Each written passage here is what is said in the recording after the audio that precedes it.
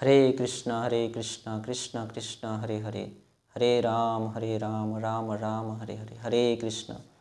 तो आने वाले कार्तिक दामोदर महीना की बहुत बहुत शुभेच्छा और धन्यवाद सभी भक्तों को। तो ये कार्तिक महीना जो कि आने वाला है 9 अक्टूबर से 8 नवंबर, 9 अक्टूबर से 8 नवंबर, ये एक महीना शुभ कार्तिक महीना या शुभ दामोदर महीना। तो ये अत्यंत महिमान्वित महीना है कार्तिक महीना, क्योंकि इस महीना में हम जो कुछ भी करेंगे उसका 1000 गुना फल हमें प्राप्त होगा। हम अगर सुकर्म करेंगे तो सुफल हमें प्राप्त होगा 1000 गुण, अगर हम कुकर्म करेंगे, खराब काम करेंगे, खराब कर्म करेंगे तो उसका भी 1000 गुना फल प्राप्त होगा। तो अभी हमें चयन कर लेना चाहिए कि हम अच्छे काम करेंगे, सुकर्म करेंगे, या बुरा काम करेंगे, कुकर्म करेंगे। सुकर्म करेंगे तो सुफल 1000 गुना, कुकर्म करेंगे तो कुफल 1000 गुना। तो हम सुफल प्राप्त करना चाहते हैं कि कुफल, वो हमारे ऊपर निर्भर है। एग्ज़ाम में पास होना है या एग्ज़ाम में फेल होना है, वो अपने ऊपर निर्भर करता है। वो अपने चेष्टा, अपनी परिश्रम के ऊपर वो निर्भर करता है। इसी प्रकार एक कार्तिक महीना में हम सुफल प्राप्त करेंगे या कुफल, वो हमारे ऊपर निर्भर है। हमारी चेष्टा, हमारी परिश्रम, हमारी भक्ति के ऊपर कार्तिक महीना का सुफल और कुफल, अच्छा फल और बुरा फल निर्भर करता है। तो बहुत ही महिमान्वित है ये कार्तिक महीना। भगवान श्री कृष्ण कह रहे हैं कि मेरा राधा रानी जिस प्रकार प्रिय है, मेरा राधा रानी जिस प्रकार प्रिय है, उसी प्रकार ये कार्तिक महीना भी प्रिय है, क्योंकि ये कार्तिक महीना हमारे प्रिया श्रीमती राधा रानी की महिमा है, नहीं, राधा रानी की महीना है। उसी प्रकार मेरे प्रिया राधा रानी जितनी प्रिय है मेरे लिए, ये उनका महीना कार्तिक महीना भी उतना प्रिय है मेरे लिए। इस महीने में अगर कोई निष्ठा के साथ मेरी आराधना करते हैं तो उसको मैं अपना धाम लेकर आता हूँ। शास्त्र में इस प्रकार भगवान श्री कृष्ण कहे हैं अपने मुंह से। इस महीना में सभी जो कुछ भी हम करते हैं उसका फल, द्विगुण फल प्राप्त होता है।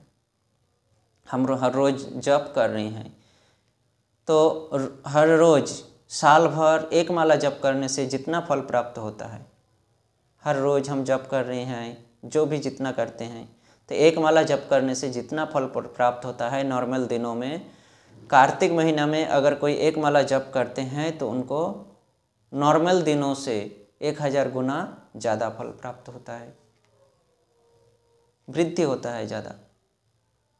कार्तिक महीना को डिस्काउंट महीना कहा गया है। डिस्काउंट, छूट, ज़्यादा इस समय हमें संग्रह करना पड़ेगा, वो भी कम मूल्य पर ज़्यादा वस्तु हमें प्राप्त होगा, कम साधना में ज़्यादा फल प्राप्त होगा। एक माला जप करेंगे तो 1000 गुण, नॉर्मल दिनों से 1000 गुण ज़्यादा फल प्राप्त होगा।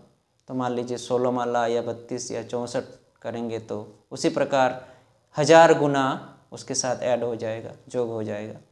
तो इस प्रकार से हम ज़्यादा एकत्रित कर सकते हैं भक्ति को, हमारी सुकृति को। ये हमारे लिए सुयोग दिए हैं भगवान, एक चांस, एक सुयोग, अनमोल चांस, अनमोल सुयोग है। इसलिए इस कार्तिक महीने में हमें बहुत ही निष्ठा के साथ पालन करना चाहिए। सुबह उठकर मंगला आरती, भगवान की दीप अर्पण। शास्त्र में बहुत ही सुंदर से वर्णन है तुलसी महात्मा का। बहुत कार्तिक महीने में तुलसी का बहुत महिमा है। हम रोज़ भगवान के श्री चरण कमलों में तुलसी अर्पण करते हैं, तुलसी पत्र अर्पण करते हैं, चंदन मिक्स करके। चंदन के साथ रोज़ हम तुलसी पत्र निवेदन करते हैं, तुलसी का पत्ता। तो कार्तिक महीने में कहा गया है, शास्त्र में, पद्म पुराण में वर्णन है कि कार्तिक महीने में अगर कोई एक तुलसी पत्र, चंदन मिश्रण करके एक तुलसी पत्र अगर कोई व्यक्ति निवेदन करते हैं भगवान श्री कृष्ण के चरण कमलों में, तो उनको प्रत्येक पत्र में अश्वमेध यज्ञ का फल प्राप्त होता है। प्रत्येक पत्र में अश्वमेध यज्ञ का फल प्राप्त होता है। इसका मतलब प्रत्येक, हर पत्ते, हम लोग जितना पत्ता अर्पण करेंगे, अगर एक पत्ता अर्पण करते हैं भगवान श्री, एक तुलसी पत्र चंदन मिश्रण करके भगवान श्री कृष्ण के चरण कमलों में निवेदन करते हैं, तो हमें एक अश्वमेध यज्ञ का फल प्राप्त होगा। अर्थात बात इस प्रकार है कि एक अश्वमेध यज्ञ करने से जो फल प्राप्त होता है, कार्तिक महीने में चंदन मिश्रित एक तुलसी पत्र अर्पण करने से ही वो अश्वमेध यज्ञ का फल प्राप्त हो जाता है। इसी प्रकार हम 2, 5, 10, 100, 108 जितना भी तुलसी पत्र अर्पण करेंगे उतना अश्वमेध यज्ञ का फल हमें प्राप्त होगा। ये तो तुलसी पत्र निवेदन, तुलसी जी की पूजा, आरती करना, परिक्रमा करना, तुलसी में जलदान, सबकी महिमाओं का वर्णन किया गया है। बहुत ही सुंदर से वर्णन है कार्तिक महीने में तुलसी का, जो हम आगे श्रवण करेंगे पर्याय क्रम में। तो आज का जो विषय वस्तु है, आज कार्तिक महीने में दीपदान क्यों इतना महिमान्वित हुआ, किस प्रकार से इतना महिमान्वित हुआ दीपदान, इसके बारे में हम लोग श्रवण करेंगे। तो ये कार्तिक अत्यंत प्रिय महीना है भगवान श्री कृष्ण का। इस महीने में अगर भगवान श्री कृष्ण की हम आराधना करते हैं प्रज्वलित दीप के द्वारा, प्रज्वलित यानी जलते हुए, घृत कर्पूर मिश्रित प्रज्वलित दीप से अगर कोई श्रीहरि की आराधना करते हैं तो भगवान श्रीहरि उनको अपने धाम लेकर जाते हैं। इस प्रकार शास्त्र में वर्णन करते हैं।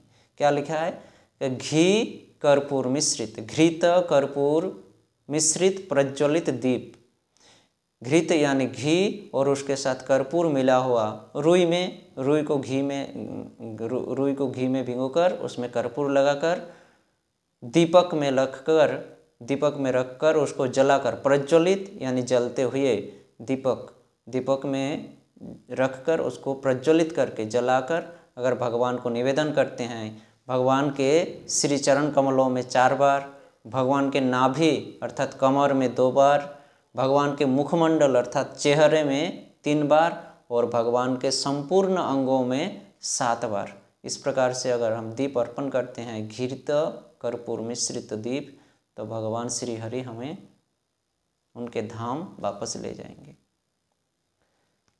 तो ये दीप दान क्यों महिमान्वित हुआ, इसके बारे में हम लोग पद्म पुराण से एक कहानी, एक उपाख्यान श्रवण करेंगे।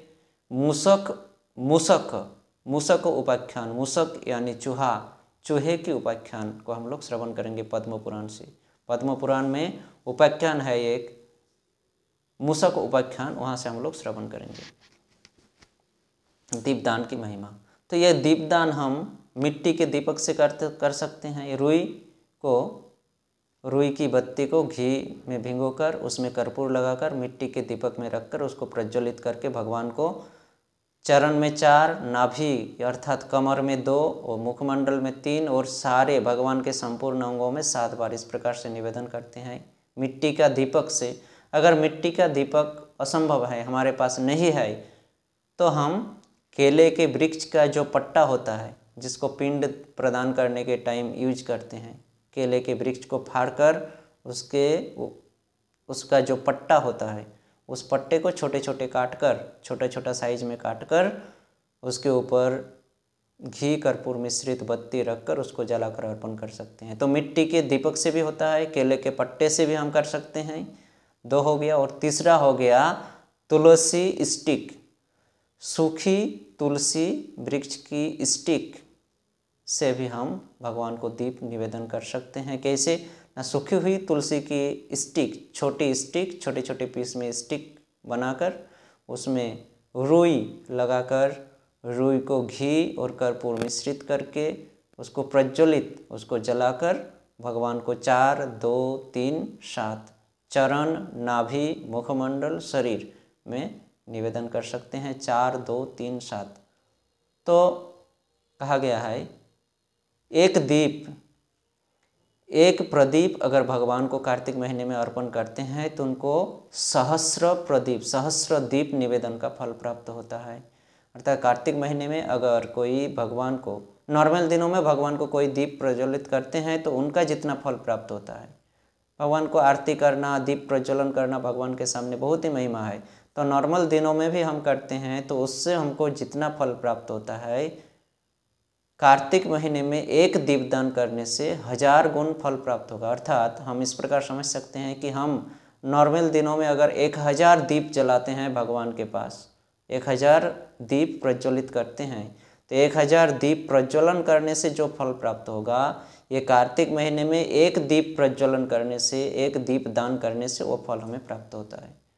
और तुलसी स्टिक, एक तुलसी स्टिक का दीप अगर हम भगवान को निवेदन करते हैं, जैसे बोला तुलसी स्टिक में रुई लगाकर घी कर्पूर मिश्रण करके उसको प्रज्वलित करके भगवान को निवेदन 4, 2, 3, 7 बार निवेदन करते हैं, तो एक तुलसी स्टिक से हमें 1,00,000 दीपदान का फल प्राप्त होता है। एक तुलसी स्टिक से दीप निवेदन करने से 1,00,000 दीप दान का फल हमें प्राप्त होता है। तुलसी की बड़ी महिमा है इसमें, हम आगे पर्याय क्रम में हम इसको श्रवण करेंगे। तुलसी की महिमा है, तुलसी जलदान, तुलसी परिक्रमा, आंवले वृक्ष की महिमा है, आंवले की महिमा है कार्तिक महीने में, आंवले की महिमा हम लोग श्रवण करेंगे पर्याय क्रम में। तो अभी हम लोग ये दीपदान क्यों इतना महिमान्वित हुआ कार्तिक महीने में, मूषक उपाख्यान से हम लोग श्रवण करेंगे। तो किसी एक समय त्रेता युग में एक सत ब्राह्मण रहते थे। कोई त्रेता युग में एक सत ब्राह्मण रहते थे जो कि दरिद्र थे, परंतु थे अत्यंत सत और भगवान विष्णु के पूजक, भगवान विष्णु के भक्त, विष्णु भक्त थे, सत थे, लेकिन थे दरिद्र। वो भिक्षा करते थे, भिक्षा करके जीविका उपार्जन करके भी वो संतुष्ट रहते थे, आनंद से रहते थे भगवान की आराधना करके। वो भिक्षा करके लाते थे, भगवान विष्णु को निवेदन करके खुद वो प्रसाद को ग्रहण करके आनंद से जीविका उपार्जन करते थे। तो एक बार कार्तिक महीने में वह सत ब्राह्मण अपना आराध्य देव भगवान विष्णु को घी का दीपक अर्पण किए थे, घी का दीपक निवेदन किए थे। घी भिक्षा करके लाकर उनको घी निवेदन किए भगवान, उनके आराध्य देव भगवान विष्णु को। घी का दीपक निवेदन करके कार्तिक व्रत पालन कर रहे थे, घी का दीपक निवेदन करके वो अपने कुटिया के दूसरे घर में, दूसरे रूम पे जाकर कुछ काम करने लगे, चाहे रंधन करें या जो भी हो, कुछ काम कर रहे थे। तो उस समय कुछ देर तक, कुछ समय बीतने के बाद वो दीपक धीरे धीरे बुझने लगे, कम होने लगा उसकी रोशनी। तो धीरे धीरे रोशनी कम होते गया, कमरा अंधेरा होता गया। और उधर बाहर, उनके कुटिया के बाहर मूषक चूहा घूम रहा था। उनको जलते हुए घी का सुगंध उनके नाक में गया। वो सुगंध पाकर घी पीने की लोभ से, घी को पीने की लोभ से वो अंदर आ गए। सुगंध लेते लेते वो आकर दीपक के ऊपर चढ़कर धीरे धीरे धीरे धीरे घी खाने लगे और मौज हो गए, घी में डूब गए। वो धीरे धीरे घी के लालच में डूबकर वो धीरे धीरे दीपक के अंदर जाने लगे। धीरे धीरे जैसे ही अंदर गए, उसके होंठ से दीपक की बत्ती स्पर्श हुआ। वो बत्ती स्पर्श होते ही बत्ती ऊपर उठ गई और रोशनी बढ़ गई। रोशनी चारों ओर फैल गया। कमरा अंधेरा था, टिमटिमा के दीपक जल रहा था। धीरे धीरे अभी दीपक की रोशनी बढ़ गई, रोशनी ज़्यादा तेज हो गई। और उसी समय अचानक चूहे को कुछ आवाज़ आया, कुछ गिरने की आवाज़ या बर्तन की आवाज़, क्योंकि दूसरे कमरे में ही वे ब्राह्मण कुछ काम कर रहे थे। तो वो आवाज़ आया, उसी समय दीपक की रोशनी भी बढ़ गई, चारों ओर रोशनी फैल गया। चूहे को भय हुआ, डर हुआ। वो अपने जीवन बचाने के लिए वो घर से, उस विष्णु मंदिर से बाहर निकल आए। जैसे ही मंदिर के प्रांगण में आए, उनको एक सांप पकड़ लिया। पद्म पुराण के मूषक उपाख्यान से हम लोग श्रवण कर रहे हैं। जैसे ही वो मूषक, वो चूहा भय से अपना जान बचाने के लिए मंदिर से बाहर आए, मंदिर के आंगन में वहाँ पर एक सांप उसको पकड़ लेते हैं, उनको अपना आहार बना लेते हैं। सांप, चूहा सांप का आहार है, उनको आहार बना लेते हैं। तो सांप के पकड़ने से उनकी जान चली जाती है, उनकी मृत्यु हो जाती है उस चूहे की। तो उस प्रकार से मृत्यु होने के बाद उसकी जो जातना शरीर था, मन, बुद्धि और अहंकार, प्रत्येक जीव की जातना शरीर रहती है। मन, बुद्धि और अहंकार से बनी हुई चूहे के जातना शरीर को जमदूत उस समय पकड़कर, बांधकर लेकर जा रहे थे।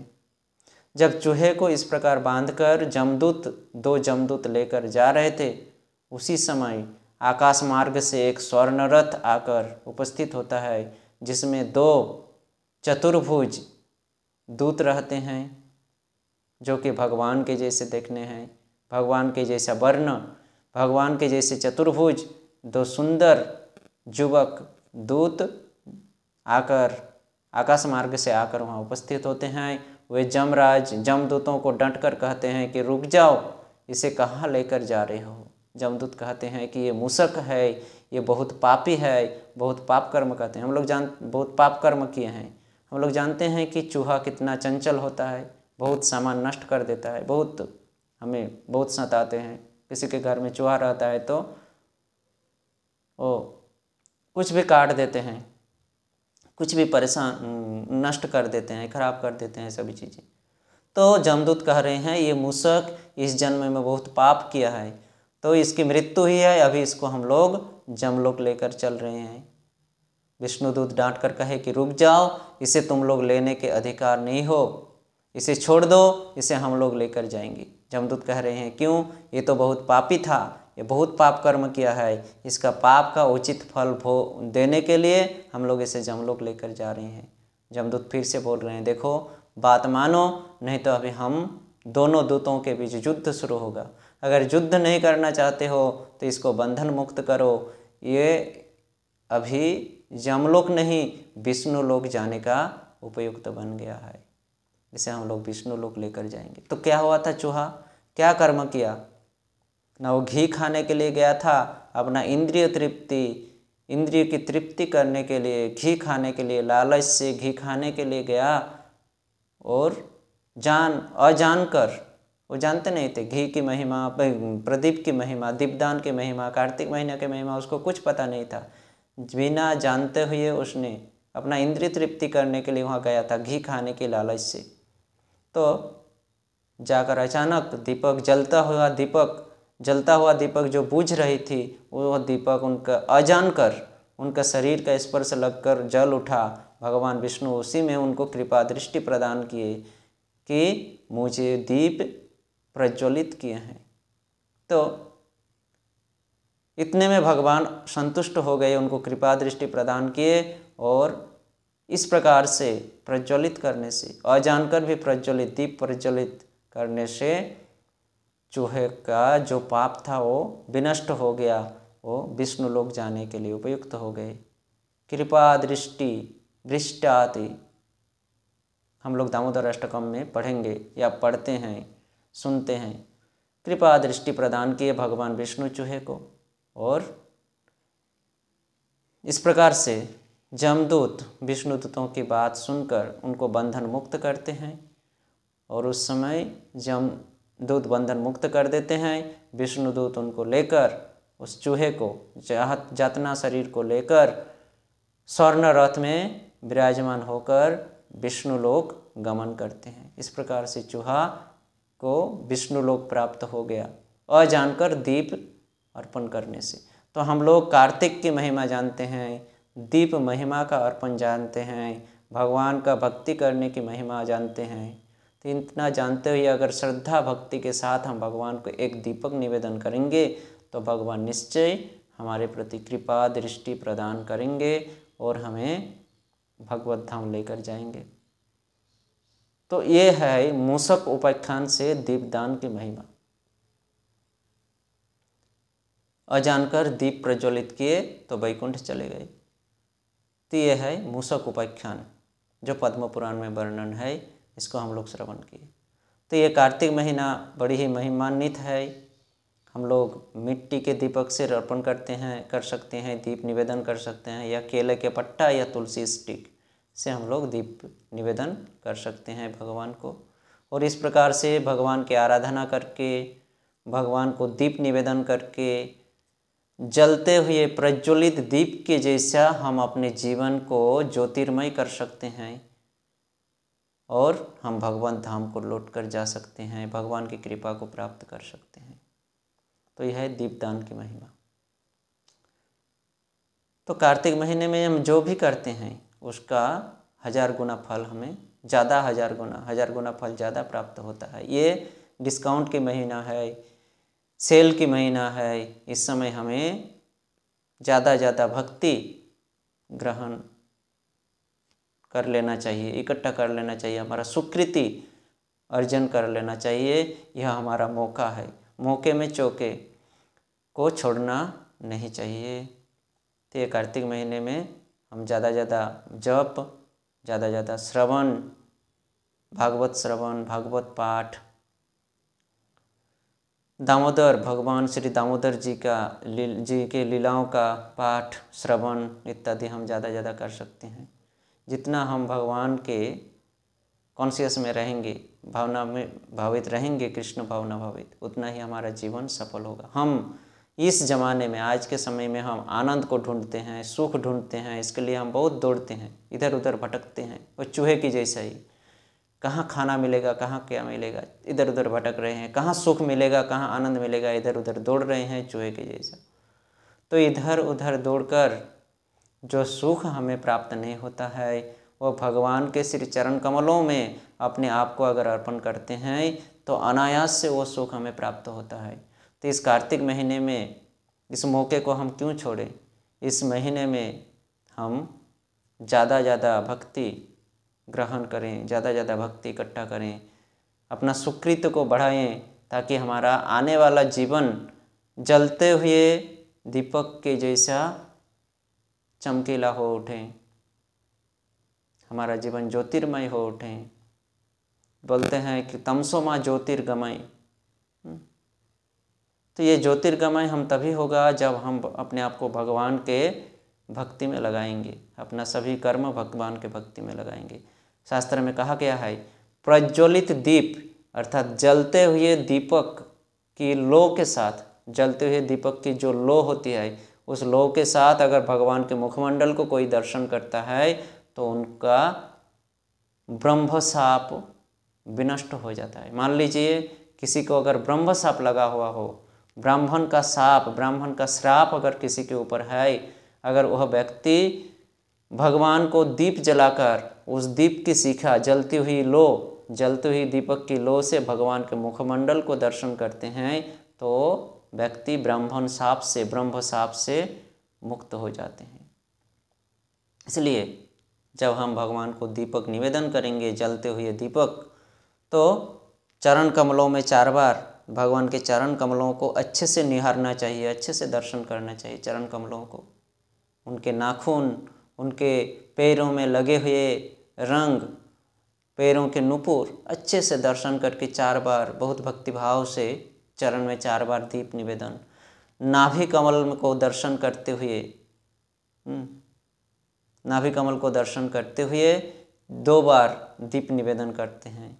भगवान के श्री मुखमंडल में 3 बार भगवान के मुखमंडल को अच्छे से हमें निहारना चाहिए। भगवान के आँखों में आँख लगाकर, आँखों में आँख रखकर भगवान को निहारते हुए दीप हमें अर्पण करना चाहिए। भगवान के सर्वांगों में 7 बार, सभी अंगों में 7 बार, तो भगवान के उस समय सभी अंगों को अच्छे से निहारना चाहिए और 7 बार दीप भगवान को निवेदन करना चाहिए। इस प्रकार से हम अपने जीवन को दीप निवेदन करके हम अपने जीवन को सफल, आनंद और सुखमय कर सकते हैं।